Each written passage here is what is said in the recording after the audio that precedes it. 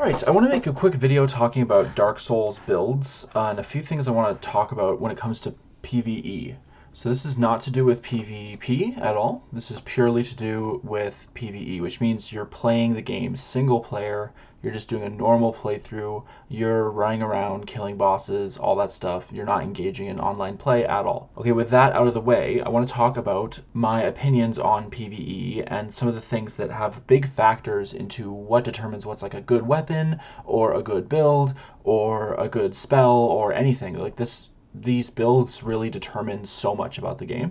So the most important thing to talk about when it comes to PvE, in my opinion, is soul level. Your soul level, or at least in all of my playthroughs, I average beating the game around level 70 to level 90. So what that means is, if I'm playing like a mage build, for example, I'm running as a sorcerer here, and I want to have at least 30 vitality, and I always, on all of my builds, whether they are mage builds, ranged builds, melee builds, it does not matter, I always have 40 endurance, because stamina is the most powerful and important thing in this game. Endurance also affects your carry weight, so that you can fast roll, but in my opinion, the stamina is by far more valuable, and 40 is the level where you no longer gain stamina from leveling endurance. And the reason that that is preferable over, say, going to like, 50, 60 endurance, like what's stopping you from going that high, is the fact that you no longer gain stamina past 40. So 40 stamina, that's what this is for. Vitality 30, absolutely necessary on all of your builds because you need to be able to actually survive. Like, I usually run less than this when I play because I'm crazy. And I'll often run like about 20 vitality if I want to squeeze out other stats. So on some builds, I'll lower my vitality down to 20. So 20 is as low as I would recommend going. You're really going to regret it if you have less than that. And then 30 is what I'd recommend if you have the levels to spare. So certainly get your vitality up to level 20 and then follow it up with level 30 in vitality and then endurance to 40. So the order in which I'd recommend it, I can talk about that in a little bit. But basically, I'll talk about that later. But for now, let's focus on these baseline stats. And then I want to have 50 intelligence so I can use like good staffs and stuff. Soul level 92. So basically what I would say is this build, especially as a sorcerer, if you're playing as a sorcerer, you're going to be spending loads of souls on your spells. And as a result of doing that, you have way less souls to spend on levels.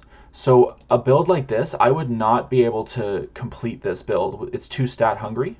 It requires 40 endurance, 50 intelligence, and at least a good bit of attunement, but you just basically start with this attunement. But the main thing is, this is not really achievable. So most likely, I'm going to beat Gwyn at around level like 80-ish, average 80. 82 is a little high still, but I can cut some vitality to make room for this very stat-hungry build. So that's what I wanted to talk about basically is the average build that you end up with in Dark Souls is around level 80.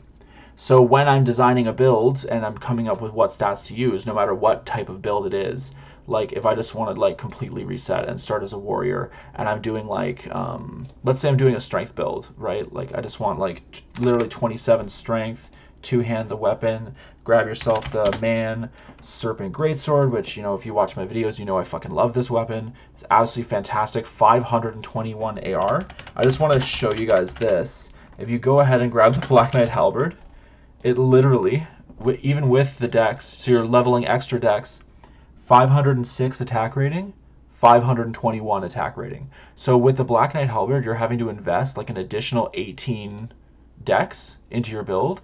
Plus the Black Knight Halberd is really heavy. It's another 4 units heavier, and it has less attack rating than a Man Serpent Greatsword, which has 10 weight and only requires 27 strength, which is no stats at all basically. So if you're spamming like a vitality build, you can absolutely use this to your advantage here.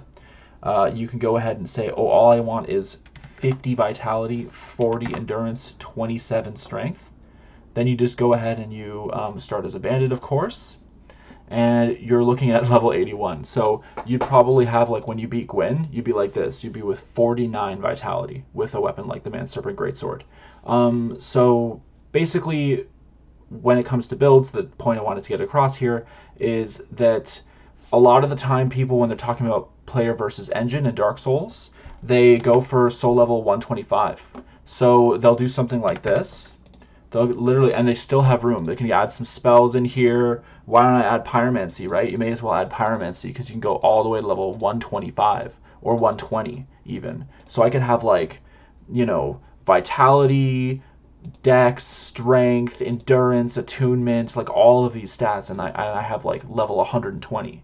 So when you're looking at like PvP builds, they're way more powerful because they're way higher level. You have access to way more different kinds of weapons, gear, equipments, supplementary tools like Pyromancy. The souls you spend on your spells and stuff like that don't actually matter in PvP because, like, you should optimally just grind the souls to buy all the souls and get to the desired soul level for that. So it's not something that you're going to reach like in a PvE setting. If you're just doing your first new game one playthrough, which is how I analyze weapons, then you're going to be looking at a way, way, way lower level than this. And that's the thing I wanted to point out is on all my builds, I usually end around level 80, sometimes level 90 if I have a build like this one that doesn't have any supplementary things it needs to purchase, like extra spells or whatnot, or put levels into attunement and all that.